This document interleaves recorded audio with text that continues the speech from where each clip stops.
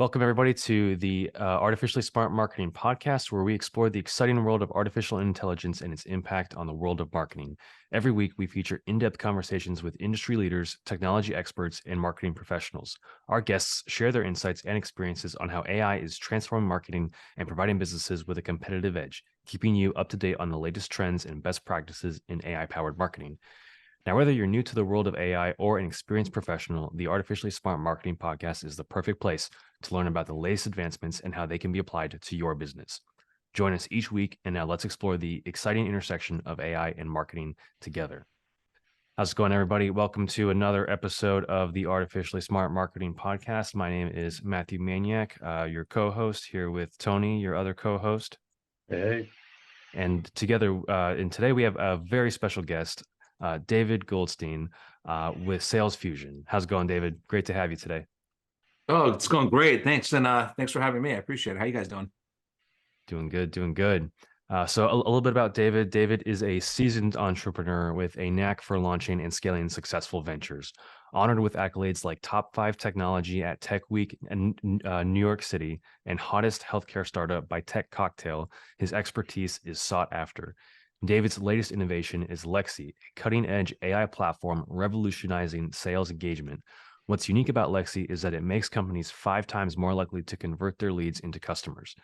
Beyond building businesses, David is passionate about empowering fellow entrepreneurs, guest lecturing, and mentoring the next generation of business leaders. Well, that sounds incredible and amazing, and definitely in alignment with what we're also here for. So again, thank you so much for coming on today, David. That was quite the intro. Thank you. Did ChatGPT write that, or was that a?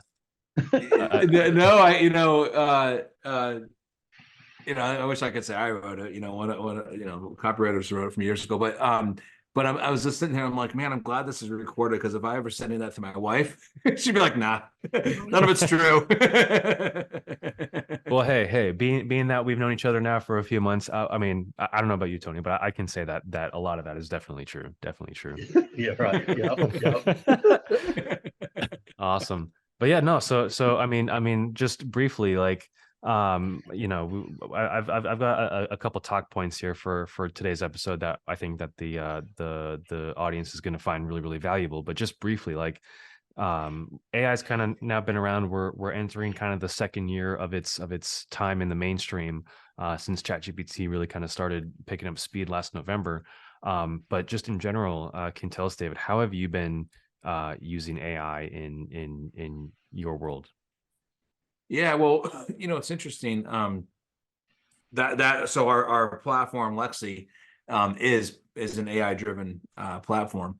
So we are using it to bring value and service our customers. I'd say over the past year, I think like a lot of people, you start messing around with ChatGPT and some other stuff, and a couple of things that's funny is I remember probably 6-8 months ago talking to people like, you gotta check out this thing, Chat, it's so cool.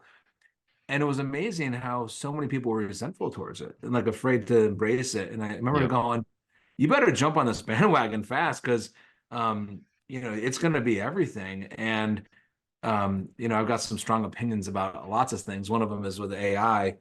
I think that we're not there yet where it's going to take over the world and replace humans and all that, but it is going to replace humans where humans aren't needed.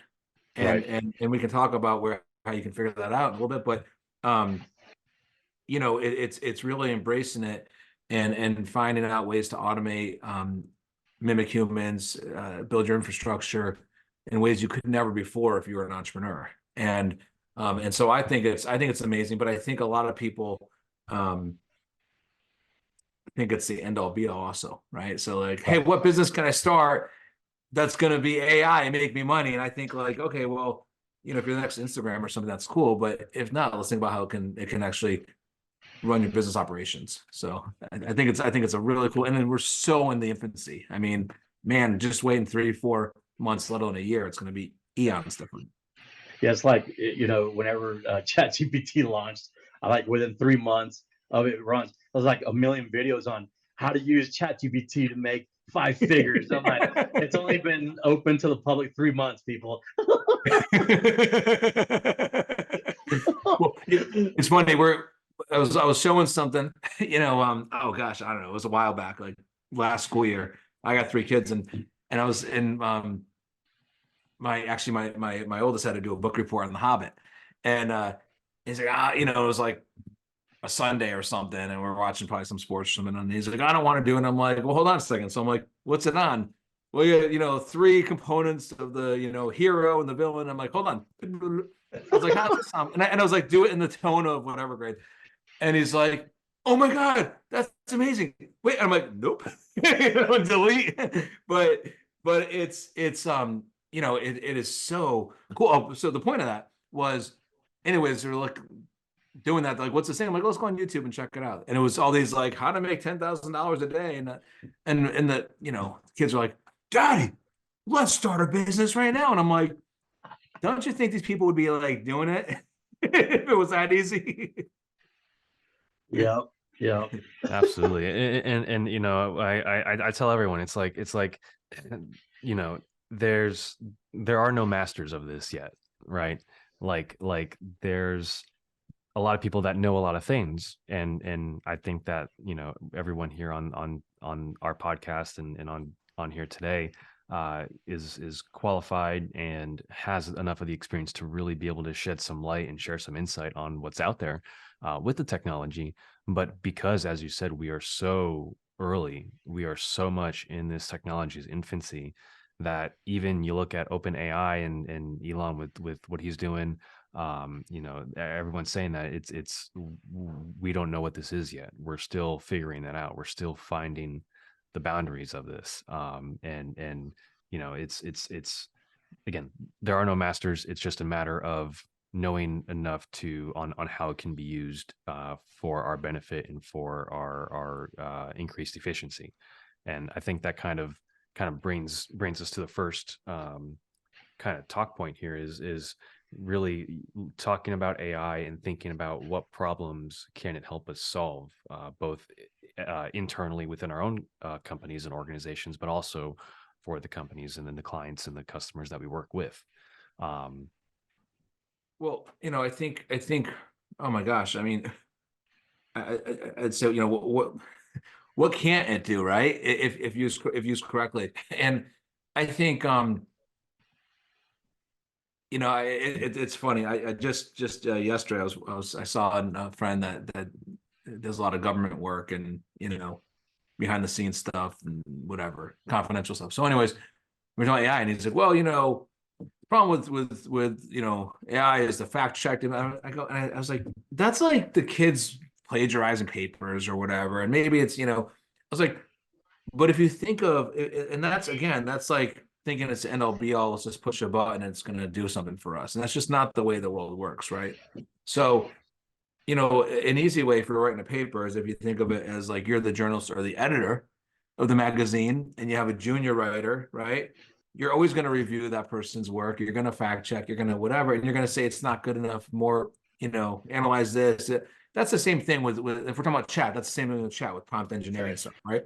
So it's digging deep. But I'd say, when we talk about solving problems, right? And whether it's internal tasks or stuff we're delivering for customers, it's all about mapping, right? And I'm gonna tangent for a second if that's okay, and I tend to do that.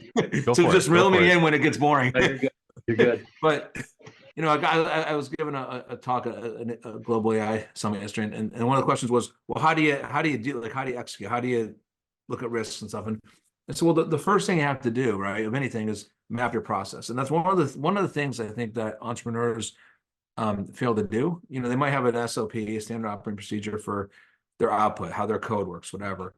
But you got to look at every aspect of your company, right? Whether it's internally what someone needs to do or what your output, your outcomes are, deliverables to your clients.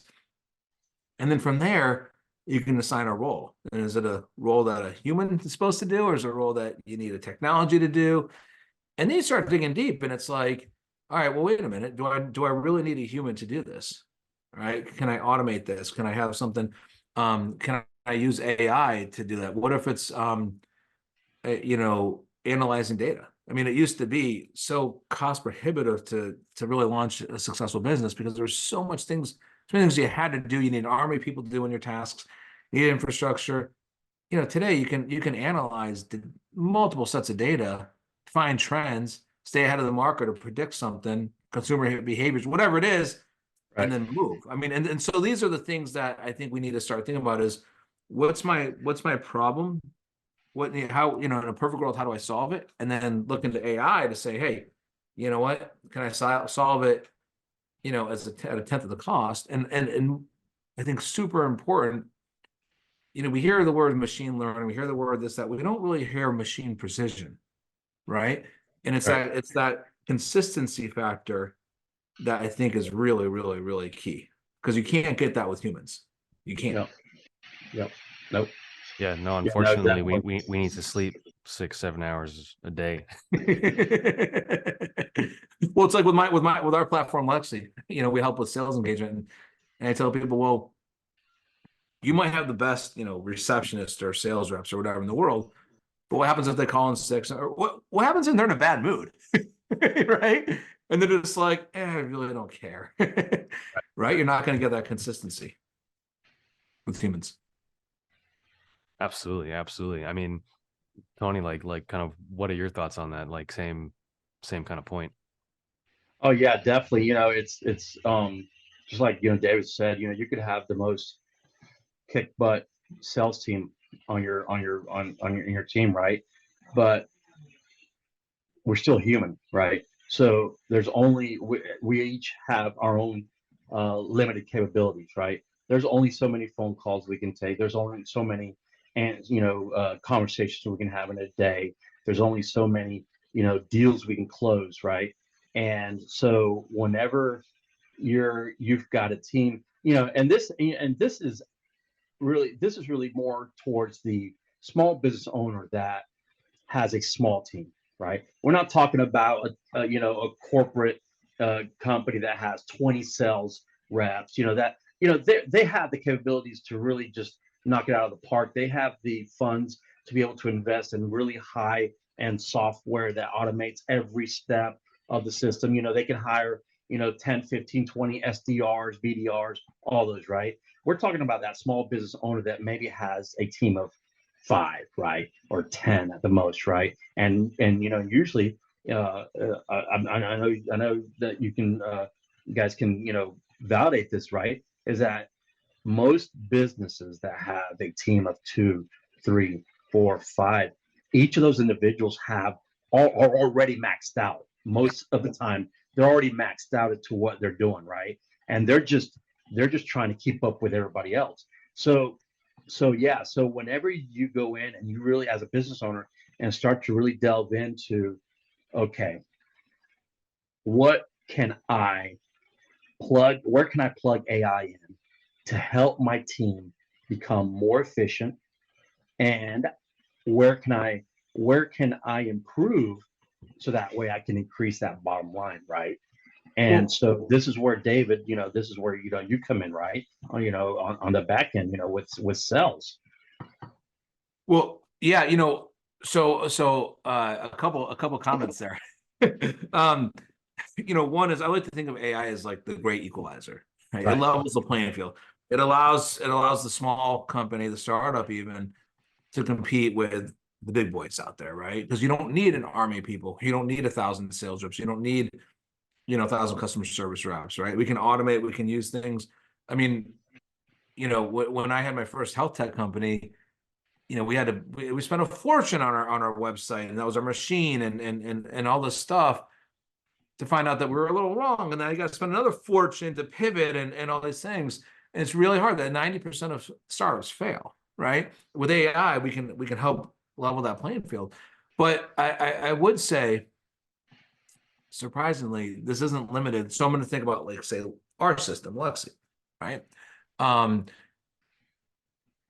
I was consulting a few years ago with an $80 million company with an army of people, and you'd be shocked at where their leads landed, the length of time that it took for people to follow up, the lack of, you know, I was gonna say the lack of management, lead management, and I think the the reason for where our niche is, folks are really focused on CRMs and say revenue operations, things like that. And yet across the board, big, small, whatever sectors, lead and opportunity conversions are the conversion rates are very, very small. So that's where we're serving, right? Is how do we come in and engage and through AI, leveraging AI, we can mimic humans, right? So we can have these human conversations that all these companies can't have and bring that process, right? Going back to the SOP and make sure it's executed the right way. But I would say something else. I think a big miss in the market, typically in the smaller market, small businesses, but even with larger ones, is what's the problem that they're solving, right? So like you got to solve a problem, and if you're an entrepreneur, like you think you can solve it better than anyone else, right? That's why we do what we do, right? But how are you explaining that problem, right? So for me, and I'll give an example, and then I think an AI can help, like GPT can help assist in identifying this. But if anyone, your viewers are listening here, what something that really, really helps is what do people really care about, right? So for us, 55% of companies take 5 or more days to hit out leads. 73% of folks that raise their hands and they want, someone to call them, nobody follows up with them. I mean, so we're actually solving 2 problems, one for the client and one for the people who are saying, hey, I have a need, right? But what the problem for our clients is nobody likes calling leads. It sucks. Instead, you'd rather wake up to a calendar full of people that were already vetted, talked to, that are like, yeah, I want to learn more. Like, we'll take that all day long. So that's what we're selling. That's our problem we're actually really solving.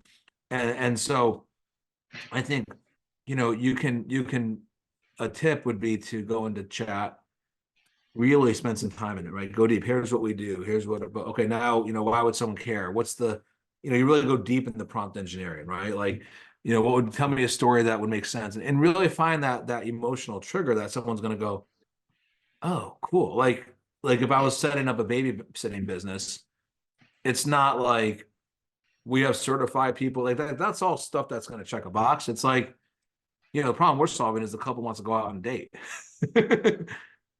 That's what we're solving, right? You know what I mean? So these are the things that to think about. And then the question is how do you trigger that? And how do you speak in that language and that niche and that super hyper targeted niche where you're using lingo that they want? And AI can help with all this. That's the beauty. You don't need to spend tens of thousands of dollars on a consulting firm anymore. Right. Yeah. Yeah. Definitely. And, that's something I was going to, bring up was that, just, on the small business side, right. If you have a team that's kind of maxed out as to what they're doing, right, and now they're thinking, oh my goodness, I need to look at maybe bringing on somebody else to be able to start doing this.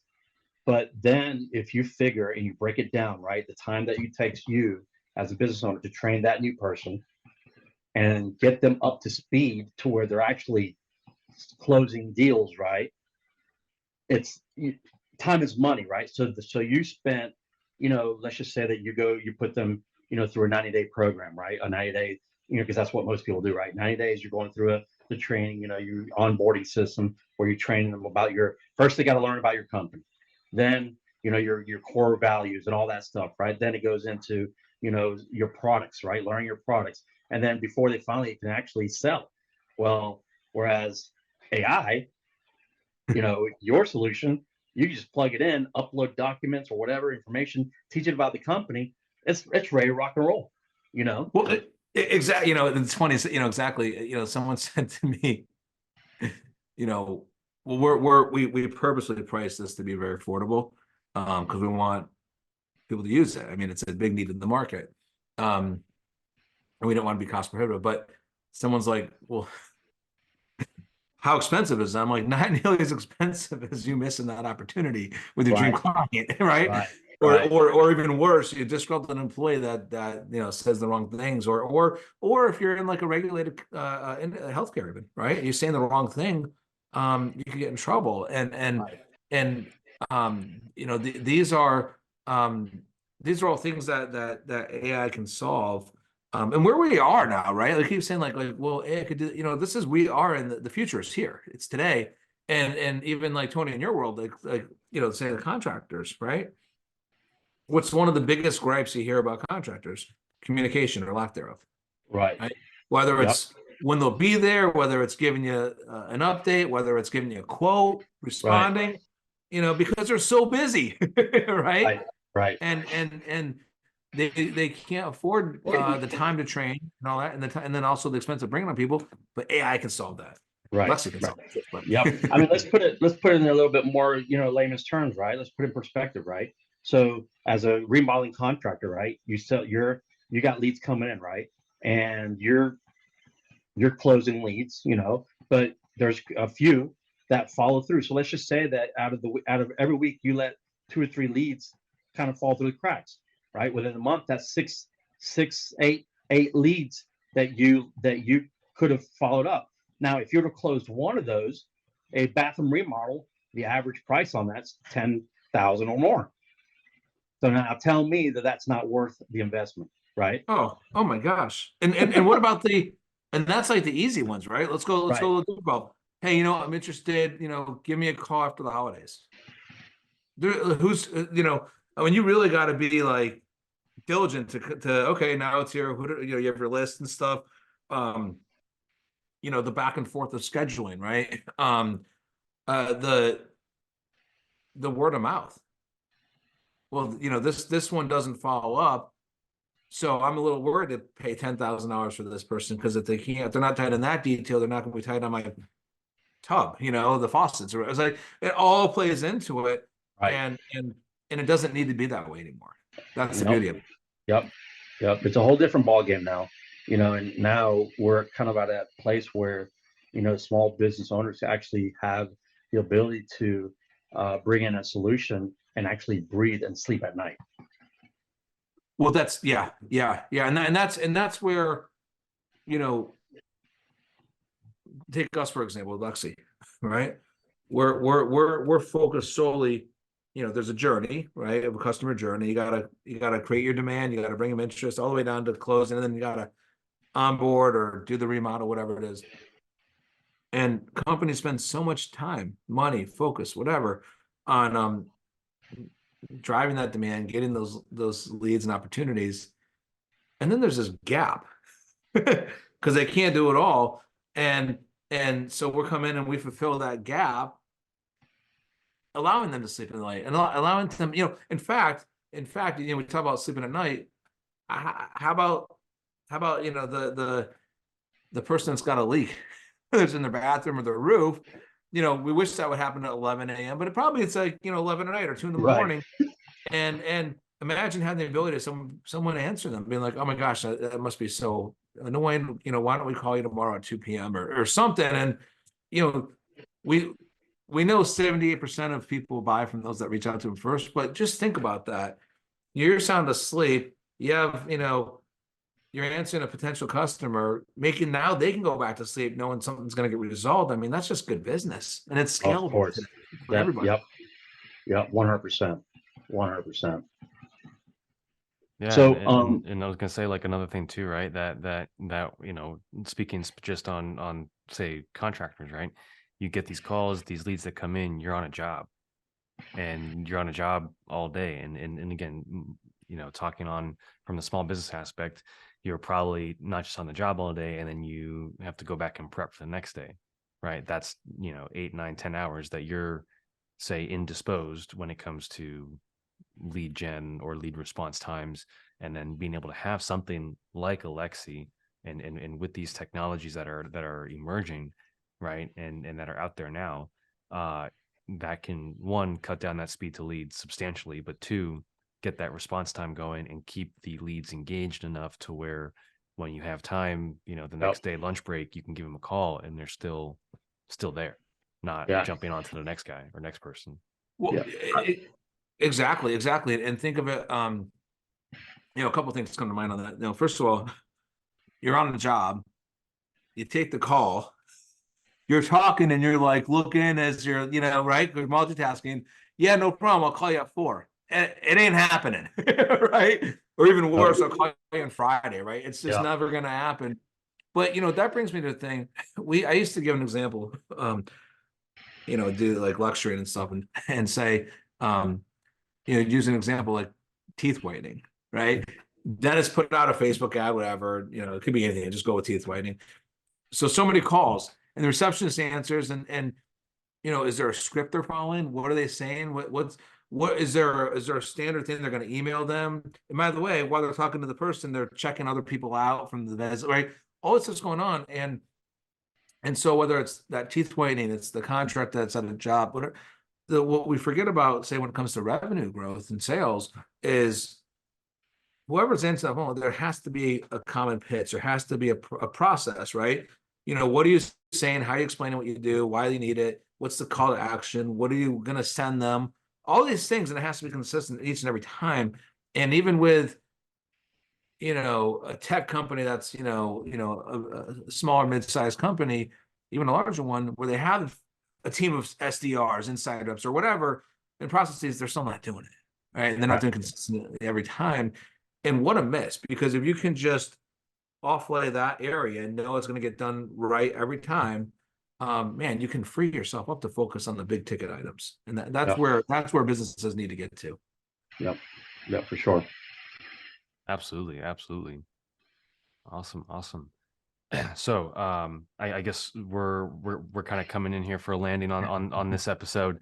But I mean, just with that being said, David, our viewers interested in learning about Lexi, learning about more about what you do, where can we find you? Oh, please come to mysalesfusion.com and we would love to hear from you. And you can even go on the site. You can test drive Lexi. So you go to mysalesfusion.com and there's a little try Lexi button. You can put in your site, your website, put in the info. About 3 or 4 minutes, you'll start getting texted as if you're the prospect. But also, anyone can reach out to me, and we'd love to hear from you. And we are so focused on enabling companies, especially small, young companies, to become successful. And we're always interested in talking and hopefully working with anybody that's interested in growing their company. Awesome. I'll make sure to include that in the show notes. So again, guys, we're going to put the URL in the link below. Again, thank you all so much for tuning in to another episode of the Artificially Smart Marketing Podcast. David, thank you so much for coming on with us today, and we will see you guys in the next one. Thanks, David. Thank you.